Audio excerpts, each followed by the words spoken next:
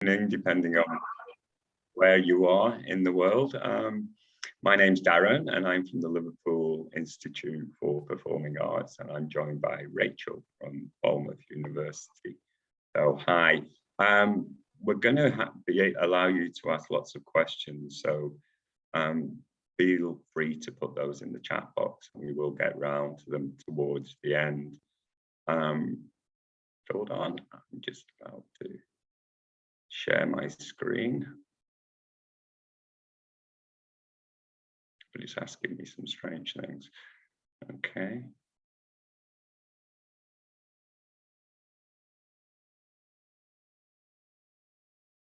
Can you see that now? Yep, we can see that. You can see the presentation? Yeah.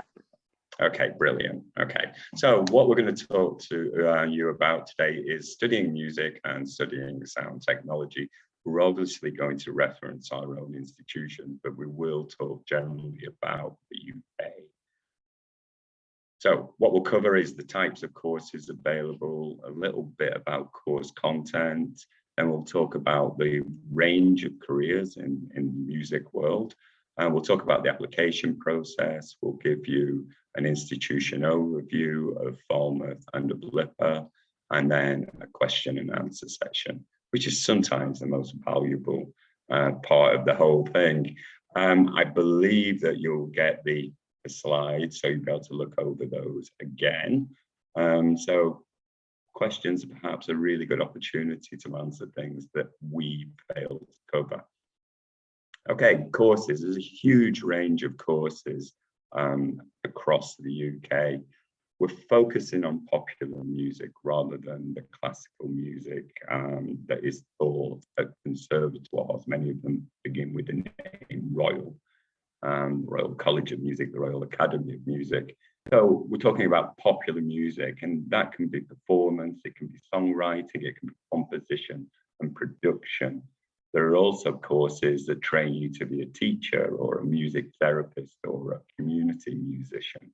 So that's basically helping others to engage with music or using music to help people, to heal people. And you could also study music history or the sociology of music or creative music technology, which is basically using modern technology. And again, you can do this as a performer, as a songwriter, or a producer. Then more technically, there's the areas of sound design, and that can be like live sound, sound for film, TV, and digital media. Then there's music business, and this can either be kind of management of events, or it can be more label-based. So more about marketing and the legal dimension and financial dimension to the music world. And then there's music production and engineering. So again, that tends to be a little more technical on the engineering side and more creative on the production side. Now, you can also do combinations of these different subjects, but I think what's important is to follow your passion and to follow your instincts. Lots of people do get employment, and I know that some people are pushed or gently pushed down avenues where they're not really pursuing their passion and perhaps compromising by saying, oh, I can do music business. But what you'll find is that in popular music programs at Bournemouth and at LIPA, that business element is built into it. So it's not as if at graduation you're going to fall off a cliff and wonder, what am I going to do now? Throughout your 3 years, you will have been dealing with how to get work, how to network, how to make the best of what you have and whatever area you're interested in. So I'll pass you over to Rachel. We can talk about careers and the vast range of careers. All right, fantastic. Thank you so much, Darren. So if you're, excuse me, if you're planning to do a music or a sound technology degree, then no doubt you've already been perhaps getting questions from your parents or your teachers about the sort of career that you can go on to do, and whether studying music or sound technology, a degree in these areas will prevent you from getting a good job afterwards. Next slide, please, Darren. So let's look in more detail at these careers that you can do from doing one of these degrees. So according to UK Music's Music by Numbers report, so UK Music are sort of the overview of the music industry in the UK. So in their report in 2019, they found that there were over 190,000 full-time jobs in the music industry. So lots and lots of jobs to choose from.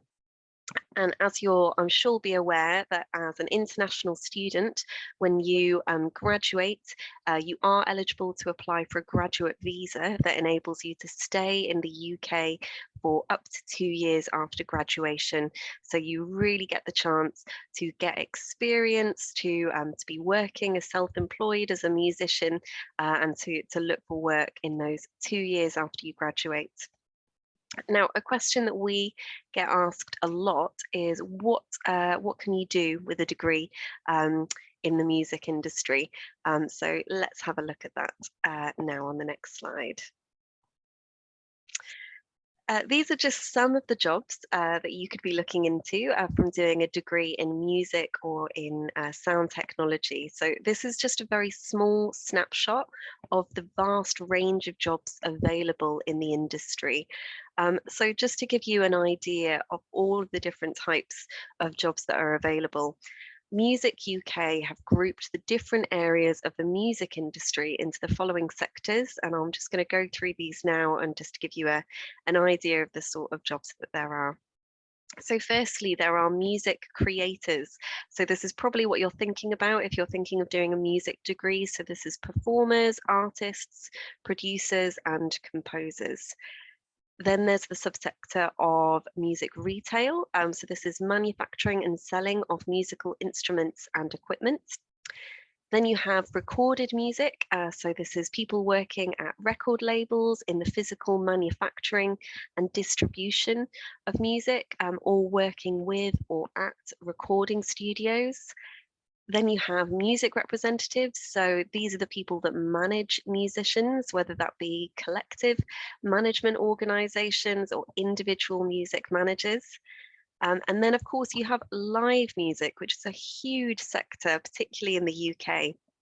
So many jobs in this sector: music festival organisers, promoters, agents, production services for live music.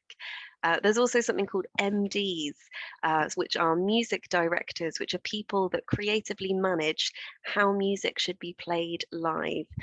So if you think about maybe some of the music that you like to listen to, it might be a solo artist, and maybe in the recording studio they had several different musicians coming in to record the different lines for the music. So a music director will work out how many different musicians you need to have, and what sort of production you need, if you need any synths, any equipment, all of those sort of things to replicate the sound from the recorded music that you hear, and to replicate that live. So just to give you an indication of what's involved in that. In addition, you also have instrument techs. So if you've ever seen a live performance and then maybe halfway through, someone normally dressed in black will come out and hand over a guitar and swap over a guitar or something like that. That's normally a guitar tech. So this is someone whose sole job is just to look after that instrument. So making sure that all the guitars for the performance are ready to be performed. So in terms of stringing, tuning, adjusting electric guitars, but also maintaining and setting up guitar amplifiers and other related electronic equipment. Alongside all of this, you also have education, which Darren's already mentioned. So people who teach music, either privately or in an education setting, and then music for other purposes, such as music in the community or music for therapy. And then, of course, alongside all of these different jobs, there are so many different genres and subgenres. So you've got musicals, music for film, music for games, opera, folk, contemporary, ambience, classical. And for every piece of music you hear or see live, you might just be thinking about the artist or the performer or the band, but there are so many different roles involved in the music industry. Next slide, please. And it's very likely that if you want to enter this sector, then you're going to have one of these. You're going to have something called a portfolio career, and this will enable you to pivot between these different roles. Portfolio careers are increasingly common now, particularly in the creative sector, but actually in all sectors. So we're no longer in a position that maybe our parents were in, that when they graduated, they were expected to get a job or a career and stick at that for their life. Normally, it's predicted now that recent graduates will have something like 5 to 6 different careers in their lifetime. That's not jobs, that's entire careers. So it's very common to be pivoting between different roles. And but with your degree, you will be entering the industry with a set of really valuable, unique specialist skills. And so not only will you have the specialist skills of your particular practice, but also transferable skills that will enable you to navigate these different roles throughout your career. With a portfolio career, you will also often have multiple multiple streams of income coming in at the same time. So for example, you could be earning some money from royalties of your music alongside working as a session musician, and then maybe have several private students that you teach as well to get some regular income. You're also going to be jumping between lots of different projects, and this requires a huge amount of self-motivation, self-discipline, and having a great professional network, things that you will develop from doing a degree. So for example, you might be spending 2 months working as a session musician in a recording studio, recording an album. Meanwhile, you're lining up a tour that's coming up, maybe with another band. And alongside this, maybe speaking with another musician who might be looking for a producer, perhaps in the next few months. So the whole time you'll be lining up different opportunities. And of course, there are musicians that will get signed to a record label or maybe sort of first viola in an orchestra. And that does happen, of course, but even to get to that stage, it takes a lot of motivation and self-discipline, often self-producing or self-releasing your music to get it in front of the right people. And so doing a music degree really enables you to be developing the skills and the expertise to navigate these different roles, and crucially understand how you can monetize your skills as well as develop your professional network. So as you're going to see shortly when we talk about our graduates and our alumni, our graduates will often end up collaborating with students that they've met through their degree, either through setting up their own company or creating new pieces together. And then the final thing that I'll say on this is that in the music industry, jobs aren't always advertised. So it's not like the X Factor where there will be a great job that will be advertised and people are sort of lining up down the streets to audition. Maybe occasionally that happens, but generally it's from recommendations. So if you have an established band that's looking for a session musician to join them on tour, there won't be necessarily an advert for that. They will be looking for recommendations for someone to come with them, because they're looking for someone who can not only perform brilliantly, but who's known as a great professional, someone that they can work and live alongside 24/7. And this all comes through word of mouth. This all comes from your network, and that takes time. But doing a music or a sound degree is a really brilliant foundation for that. Next slide, please. And so here are just 2 examples of alumni success from Falmouth University. So firstly, we've got Joe. He did a music degree with us, and he went on to become an Emmy award-winning TV and film producer. He now lives in London and does all sorts of exciting things for a range of different production companies. And then we have Lily and Megan, who are known as Ida, who you may have heard of. They were both doing a popular music program, and they met each other on the course. So a good example of building that network. And they created IDA. They have supported Sigrid. They've had their own headline European tour, and their music has been streamed nearly 14 million times on Spotify. I think I'm now going to hand back over to you, Darren, and all the amazing alumni from LIPA. Yeah. So yes, these are just alumni and the people that they've been working with that came to my mind yesterday when I put this together. I've been at LIPA for 22 years, so I must like the place. So we've had artists, the Wombats, Hers, Circa Waves, the Staves, All We Are, Icy Rivers, Dan Kroll, Jonas Alaska. They're all people who've sold quantities of albums and made an awful lot of money through touring. Mike Crossy is a UK student now based in LA. He's a producer and he's worked with the Arctic Monkeys in the 1975s and Noah Cyrus. Interestingly, the Arctic Monkeys did their first ever demo recordings in one of the recording studios at LIPA. So it was part of Mike Crossy's work as a student that he came across the Arctic Monkeys.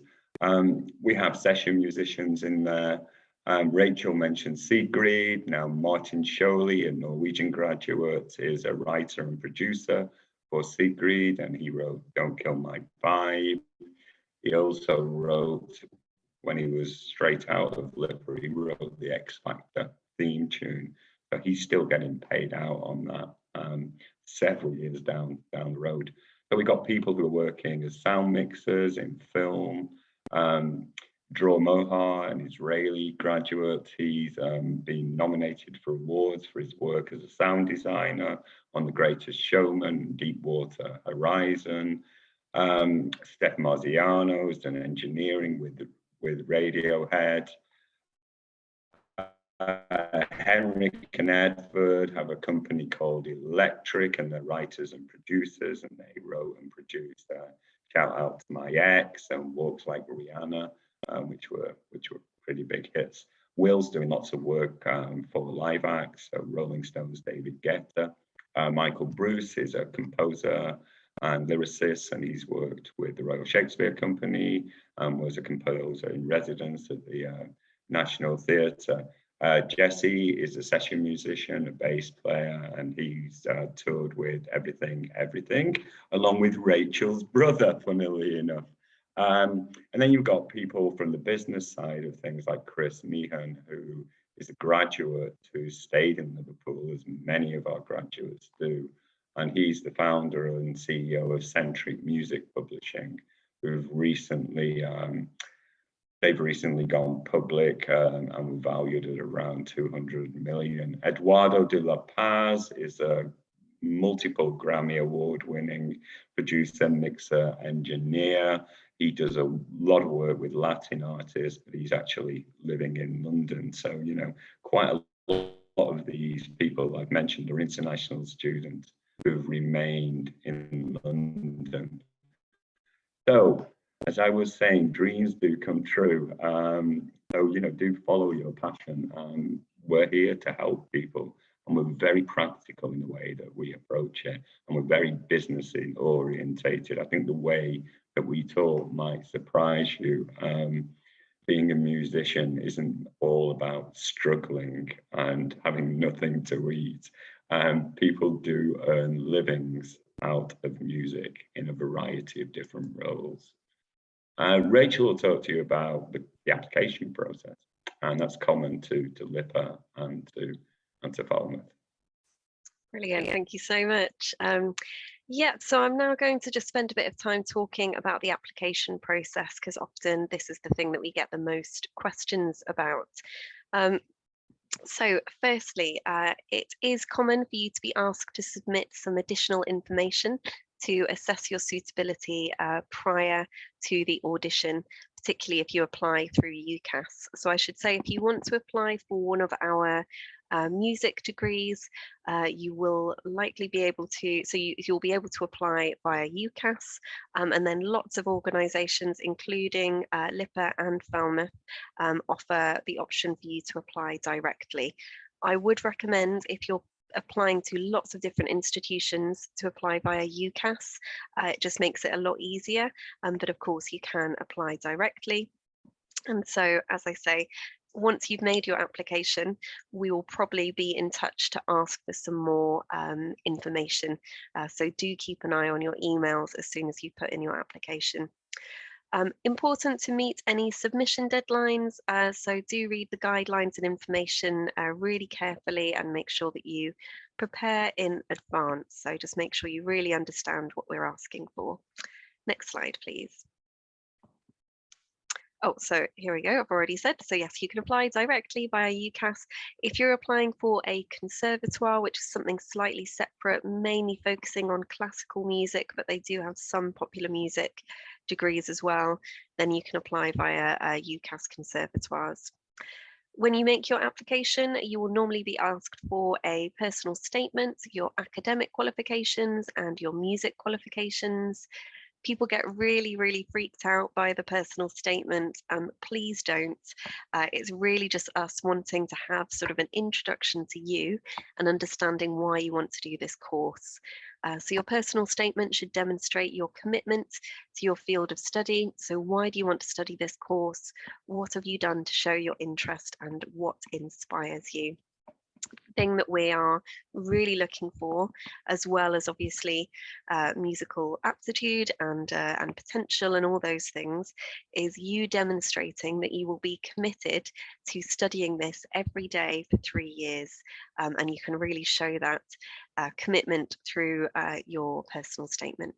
And there's loads and loads of support online. I won't spend loads of time going through the personal statement now. Next slide, please. So the audition and the interview. So the process will really vary course to course and institution to institution. So please don't be complacent and think that you're able to just prepare the same thing for every institution. They're likely going to be asking for slightly different things. Some courses may have a 2-stage process. So this is when you might be called back for a second audition or another interview. So all of this is to say that it can take a little while. So do make sure you get your application in nice and early to make sure that you've allowed time for all of this process. And auditions can take place in the UK, they can take place overseas, and I believe, does LIPA do auditions in the US? Darren, yes, yes, just got back from California at the weekend. Yeah, fantastic. Yeah, absolutely. So those of you joining us from the US, there's auditions from LIPA in the US. We don't yet see them in Falmouth in the US, but hoping to in the future, or online. And this is when you can either be submitting a pre-recorded audition or do a live virtual audition. The key thing here to say is that it will not damage your chances either way, particularly for us at Falmouth. We are based in Cornwall, you'll see in a second, very far southwest. We are very used to students, including UK students who can't get over to us, submitting pre-recorded auditions, and our academics are completely well versed in being able to look at those and understand your suitability for the course. And again, just to really reiterate, do make sure that you spend time understanding the process and what is required. There will be the thing that can cause the most delays is when applicants don't understand the process or have submitted something that isn't quite what we're looking for, and then there's a bit of back and forth. So it's really good to make sure that you understand exactly what we're looking for from the beginning. Next slide, please. So for your auditions, what might you be asked for? So you might be asked for examples of pieces of music that you've created before, so music or creative practice. So this could be a recording, this could be a score, it could be a video of you performing, or perhaps a piece of writing if you're a spoken word artist or a rapper. Um, and then we might be asking you to do a pre-recorded film of you performing. So then we'll be asking for sort of specific guidelines for what that film looks like. You might be asked to perform 1 to 2 pieces live, and that could be either in person in the UK or overseas, or online. And then in addition, you may be asked to join an interview to speak about your ambitions and interests. So I can say for us at Falmouth, we are very, very open in the audition stage. So we tend to just ask for 2 pieces of music or creative practice for you to upload that. Then you would join an interview, and depending on the course, you might be asked to perform a piece of music live as part of the interview. Darren, I don't know if you want to talk about what it's like at LIPA. Yeah, we ask for 3 pieces of recorded music, so we want links to those, or they can be videos, and then we make a decision on whether or not to invite you to audition. And at audition, we ask people to present live to contrasting, if possible, pieces. We're very much about music creation, so if people do write their own material, we're very interested in hearing about that. If people are producers, we get them to open up a session in whatever software they're using, and we'll talk about what reference points they had, why they made the decisions that they made, how they might want to do things differently in the future.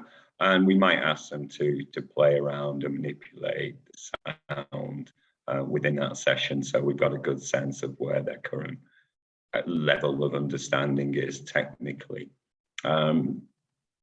Again, we're open, and we are wanting you to succeed. So don't, and we were talking about this earlier, don't choose the most complex piece of music that you've ever attempted at your audition.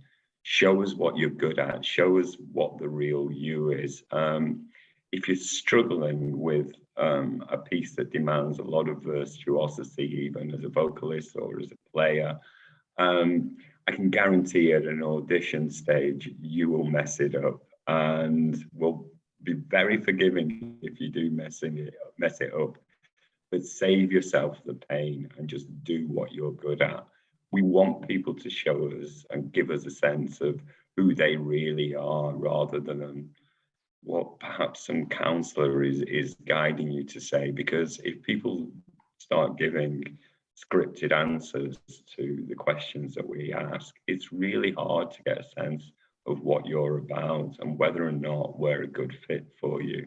So at the audition stage, be honest with yourself. If you don't know something, say, I don't know something. So I'll move on to the next slide. Yeah, that's great. Thank you. Okay. So. Yeah, so then just a quick note about pre-filmed submissions. These are becoming more and more popular, and we just wanted to just really hone in on some sort of top tips to make your pre-filmed audition the best possible. So firstly, please think about where you are. Do spend some time really considering this before you even pick up your instrument. So what about the background, any noise, lighting, sound and picture quality? I can't tell you how distracting it is if we get a pre-recorded audition and there's a really distracting background, maybe someone's backlit so we can't actually see you, so you're kind of in the dark. Maybe there's some background noise so we can't properly hear what you're performing. Maybe if you're not properly in frame. Or we've had sometimes before where someone's been recording on a phone and they don't realize that the microphone is slightly muffled. So just spend some time setting it up. you know, sitting down at your piano with your guitar, or, you know, whatever instrument you're working with, and just doing a few practice runs just to check that the sound and the video quality is as good as it possibly can be. This is your chance to show us the kind of creative you are. So take pride in the video, and really give yourself the best possible chance. We do recommend using a tripod to film yourself. There's nothing worse than if we've got a video that maybe you've got your mum or someone else to do it and it's all kind of shaking. So do make sure that you get a tripod. They're very cheap, or borrow one if you can. Ensure your device is fully charged / plugged in. Sounds obvious, but we've heard so many nightmare stories of people who've performed, you know, the best that they have for an audition, that they've been recording only to realize that it's run out of battery halfway through. And then finally, do really carefully follow guidance on how to save and upload your submission. It's very easy when you've got that kind of rush of adrenaline and you're thinking, this is fantastic, I've done it, you know, I don't have to stress about this anymore. And then just at the final hurdle, not read the format that we need the audition in. And this can really delay the process on both sides. So see if we need it to be in an MP3 format, if we need you to send us a link to something. Really do make sure at that final stage that you are understanding exactly what we're asking for in terms of submissions. My favorite would be going into an audition room with your guitar badly tuned. Make sure you're in tune. It kind of shows some professionalism. Again, we know it's a nervous situation. You might do that all the time, but you've forgotten because it's an audition, but you'll just get embarrassed, and then, you know, things can descend and spiral downwards from that point. So yeah, a bit of professionalism. Yeah, absolutely. Absolutely. Great. And I think next slide. And then I think just finally on this section, just about the live virtual audition. So at Falmouth, we might be asking you to perform a piece live through sort of virtually, so online. So just some obvious tips: check that you know what platform is going to be used. Make sure that you do a practice run beforehand. So if it's Microsoft Teams or if it's Zoom, make sure that you have downloaded everything that you need to download beforehand, that you've done a practice run with a friend or a family member. Make sure your internet connection is working. Again, these seem like small things, but as Darren has said, the audition is really nerve-wracking anyway. Your adrenaline is going to be pumping. So everything that you can do to ensure that there aren't any sort of silly mistakes and silly things that go wrong, everything that you can take control of before the audition, do that, because then you can be in the audition and you can just focus on the music rather than my internet's going, my laptop's running out of battery, I haven't downloaded the right, you know, I haven't downloaded the application that I needed to, all of these sort of things. So yes, those are my tips. Okay. So this is where we are. I'm in Liverpool, currently located in Liverpool, actually in the former home of someone who was quite a famous musician. Well, it wasn't actually his home, it was it's where he used to spend time with his mistress, but it did belong to a very famous musician called George Formby. You've never heard of it at all, I can guarantee. But we're in the northwest of England, about 2 hours north of London. We're a coastal city. We're very urban. The campus is a single building and it's on the edge of the city centre. So our students live and work in the city itself, quite close to Manchester as well, less than an hour away from Manchester. And it's a city with a population of 500,000, and it's got a very strong reputation for music. That's the legacy of the Beatles and many other bands, but also for the rest of the arts, for writing and for theatre as well. Over to you, Rachel. Yeah, and then this is us in the bottom there and Falmouth. So we were saying before, Darren, I think that we win the prize for being the universities that are as far away from each other as possible. England is, as you can see, very small, particularly compared to the US if you're joining us from the US, but we are, you know, we've managed it. We've managed to be pretty far away from each other. So yeah, so Falmouth is in the southwest of England in a county called Cornwall, right on the coast. And Cornwall is quite far away from London, so it's about 4.5 hours to 5 hours by train, or you can take a flight from London to Newquay Airport. And we are in a more rural area, but also a very artistic area. So Cornwall has some fantastic galleries and theatres and loads of different festivals as well. A really rich history of artists living in the area as well. So I think next slide.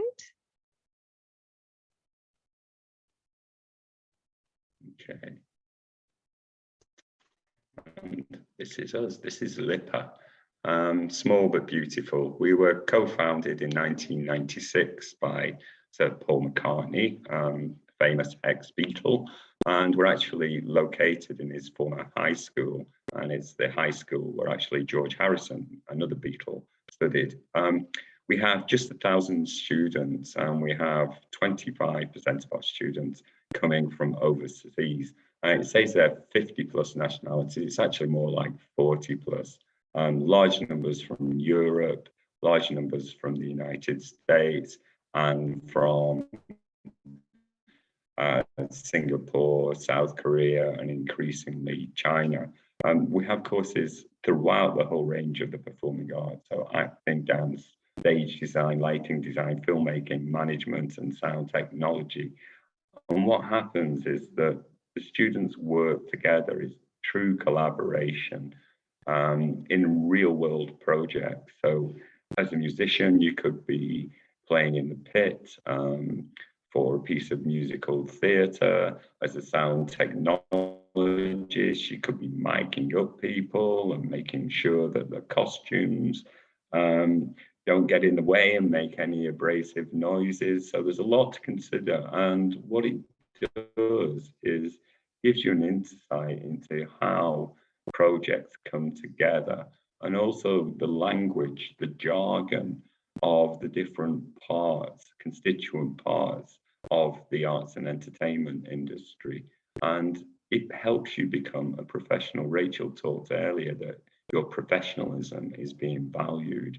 That's how you get jobs, if you're seen as a professional and known to be reliable. And I think over time, we've really shown that our graduates have that level of professionalism. They turn up on time all the time. They understand how to take direction. They're able to collaborate with others. They know all of that jargon, so that it's not as if they're having to learn something. So, you know, those are really important things. You can be the best guitarist in the world, but you're never going to work or be first choice as a session musician if you've got a reputation for being tardy. So yeah, we're all happy. We're all working together in a very diverse city. It's a seaport. It has the oldest Chinatown in Europe. It's got a black population that goes back 300 years plus. And so, yeah, it's very cosmopolitan, and it's very, very much a city centre life for our students, by way of a contrast. Yep, and very different in terms of location, but some similarities. So yeah, so we are Falmouth University. We're a university of the creative industries, and you can see in that top image there, that is where we are in the beautiful region of Cornwall. So Cornwall is known as a holiday destination in the UK because of the amazing beaches and landscapes there.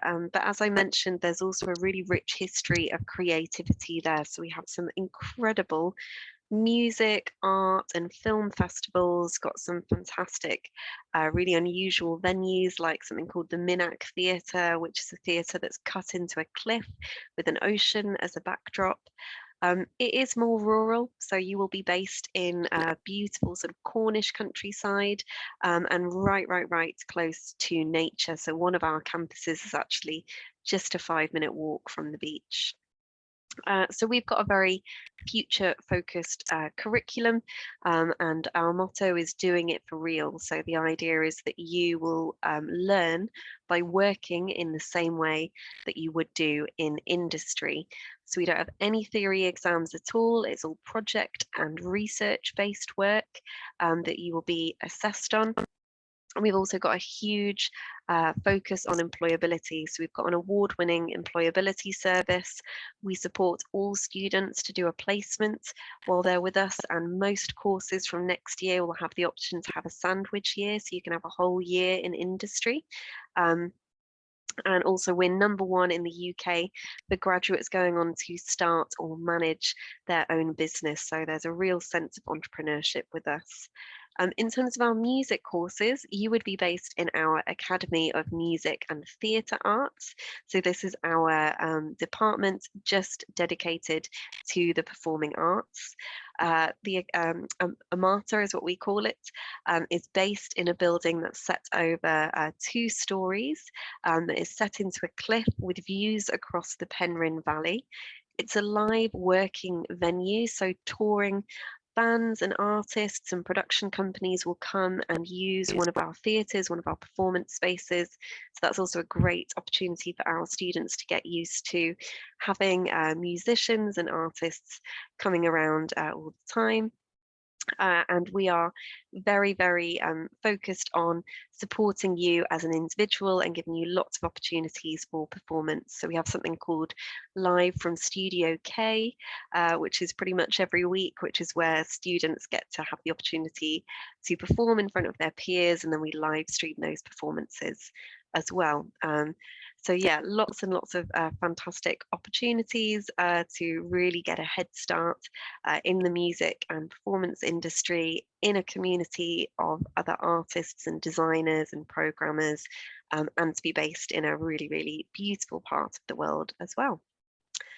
And I think that's probably it from me. So I think that's perfect. That gives us a good amount of time for some questions.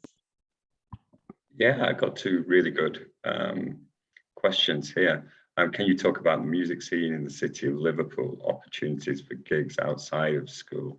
I mean, Liverpool is very much a music city.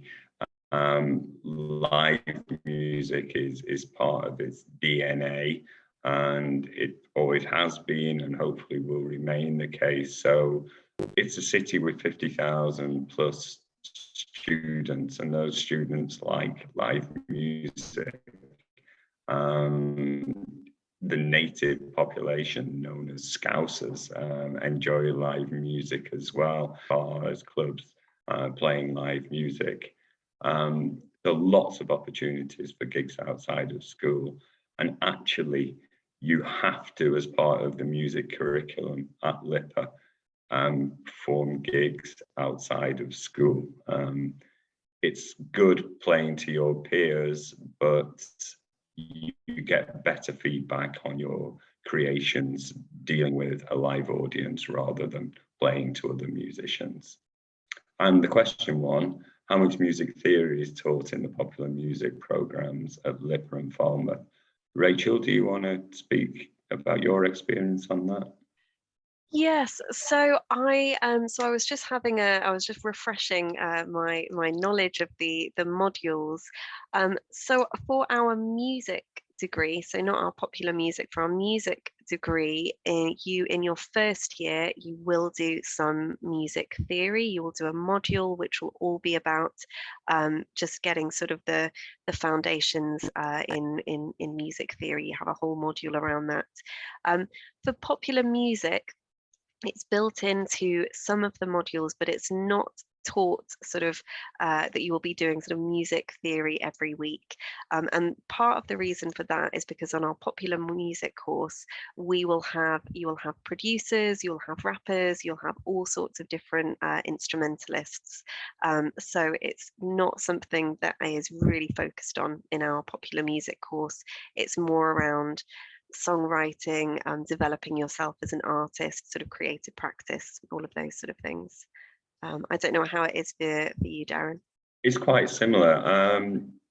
There is music theory across our three areas, which are production, songwriting, and the BA music degree, which is more for session musicians, players, musical directors, arrangers. So everyone has to speak a common language to some degree.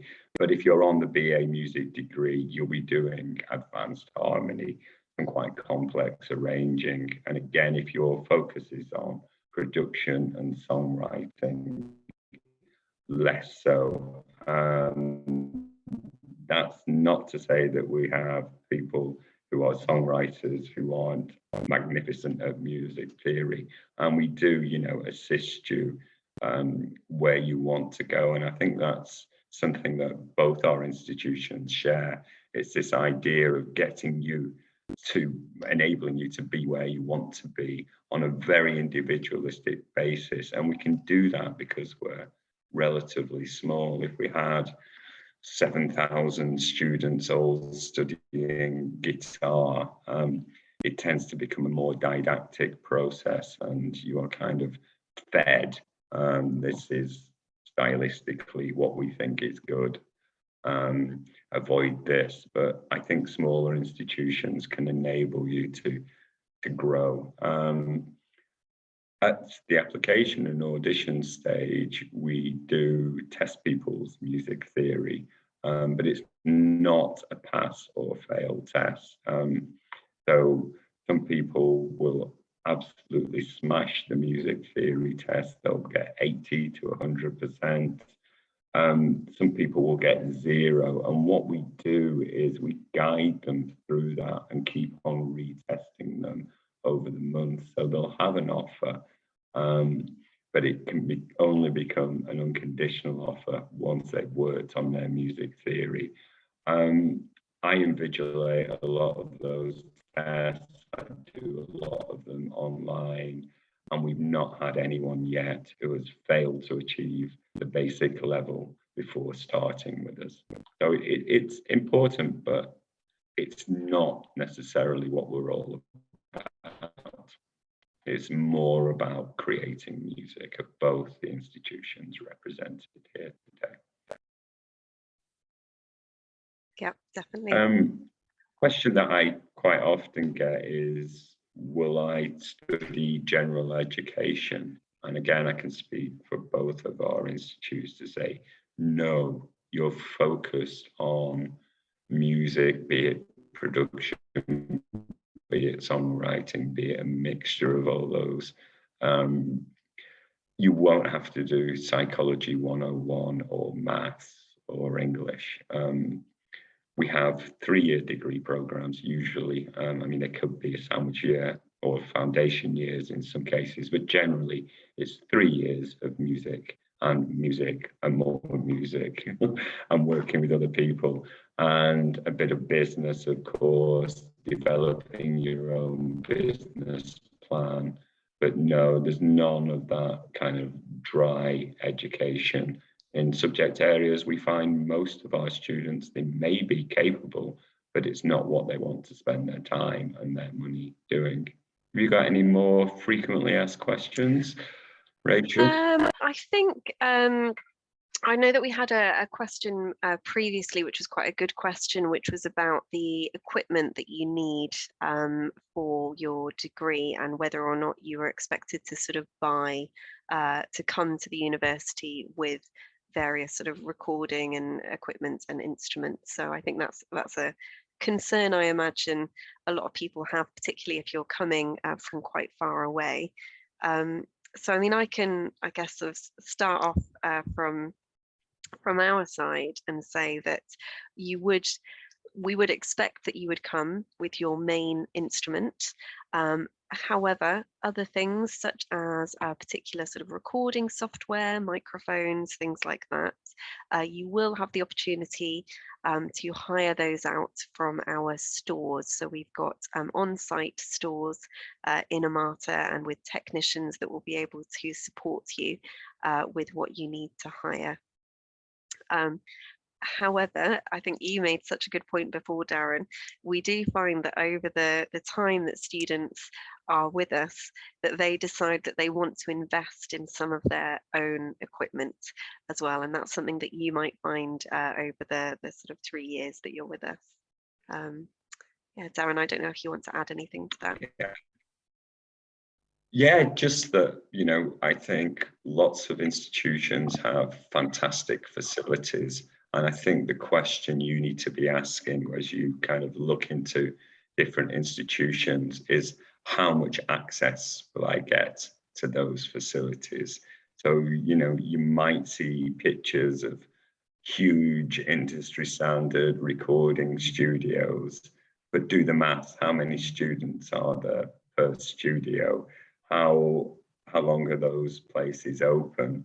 Do you get access outside of lessons in there? Do you get practical experience? And I think something that we're very good at in the UK is kind of keeping our doors open after teaching has ended and encouraging you to create outside of the curriculum and to use the resources. The best resource you'll get is your fellow students as well. And these are people you might be working with for the rest of your life. And certainly I mentioned before, like Electronic, which is a songwriting and production team. They met at LIPA, and now more than 10 years down the line, they're still working together, doing a lot of work for Simon Cowell. But yeah, being able to name their own prices for their services. So yeah, access to the facilities is just as important as shiny facilities that are available. We all have them. We all have world-class facilities. It's how much time you get to use those facilities that's more important. And importantly, another thing to look at is how much tuition will I get on a one-to-one level? If virtuosity and you're playing to an incredibly high standard is important, do find out if there is one-to-one tuition. How long is that tuition? Is it 1 hour per week, or is it like 5 hours per day? If it's 5 hours per day, it is likely to be a conservatoire education for classical music. But yeah, just ask yourself, what do I really want? And then it'll enable you to kind of see the wheat from the chaff and find institutions that feel right for you. We've got 2 different locations, but I think we've both got fantastic facilities that are really quite similar. And it's just how things feel to you. And we would say that if you are made an offer, and certainly people who are made an offer for LIPA are often holding multiple offers, and we say make that investment, come and see us. And generally for music students, Fridays are a great day. So tomorrow I'm going to be hosting 2 people who are holding offers. We'll show you around the building, and then we have on a weekly basis an A&R session, and that's where people from a record label are coming up, and some students are going to be playing their music and getting instant feedback on that, and hopefully some of them will get deals, either as writers, you know, publishing deals, or perhaps they'll get signed. And it's not uncommon at institutions for people to be doing professional work while still a student, so they can be selling their songs through publishing companies. And that happens really quite frequently with ourselves. Anything else you care to add, Rachel? I think the only thing that I wanted to add, I guess, in terms of thinking about the sort of institution that you want to be in, is also thinking about the other courses that are available there. So we've spoken a lot about the collaboration and the connections that you make on your own course, but a lot of institutions, particularly specialist ones like LIPA and like Falmouth, because they're relatively small, you do get to know students from other courses and you do get the opportunity to collaborate with them in projects. So for example, at Falmouth, we have a very big games academy. We've got a school of film and television. And so music students are regularly working with game students, composing music for games, with film students, with animation students, so learning all about how to create music to a brief for a particular game or television program. So it's also worth looking at those other opportunities to collaborate with students outside of your course as well. Yeah, when I gave that snapshot of our alumni, there was one student, Caroline Ayling, who's she's got credits with Katy Perry and Dua Lipa. She co-wrote New Rules for Dua Lipa. And you'll also see I listed one of our management graduates who manages Dua Lipa. So you don't have to be a genius to work out how Caroline got that gig. And it's just a nice example of something happening in the real world. Friendship and an understanding between two people on different programs, which can lead to great success for everyone concerned. I think our throats are feeling punished, Rachel, aren't they? I've run out of water. You were planned better with more than myself. Yeah, absolutely. I think there's been quite a lot of these presentations today. But yes, I suppose I know that we've got a few minutes to go, but so any more questions would be incredibly welcome and helpful and appreciated. Okay. Something I would say again, and it's just to reiterate this, that don't be put off from following a profession, a career in music. It is a profession, it is a career, it's a well-worn path, and there are opportunities, and people do work. I'm constantly in touch with graduates when we do auditions and have reunions in different places. I'm seeing lots of people who are working within the industry at a very high level, sometimes not always in the field that they imagine themselves. Quite often, people will come saying, I want to be a performer, I want the spotlight on me. And then over time, they think, actually, I much prefer arranging, I much prefer songwriting, I much prefer producing, and the thought of being in the limelight is something that they don't want. I can give an example of someone, Draw, who I mentioned earlier. He's a sound designer for big Hollywood film now. His first gig was as a studio engineer for Guns N' Roses, and he absolutely hated it. He didn't like not knowing what time the band were going to turn up, whether or not they'd get any work done. So, it's good to have a broad range of skills. So if you find that something isn't really as you imagined it, you can use the word that Rachel said and pivot into another area and perhaps reduce the amount of engineering work that you're doing whilst you pursue more work in sound design. So yeah, dreams come true, they really do. So hope you found that quite informative. Hopefully you have. I hope you take away a bit of enthusiasm from that, and feel like, yes, it is for me. So thanks for sticking with us, and it's goodbye from me. and it's goodbye from me. Thanks ever so much. Thanks so much, everybody. Thanks. Okay. Bye-bye. Bye.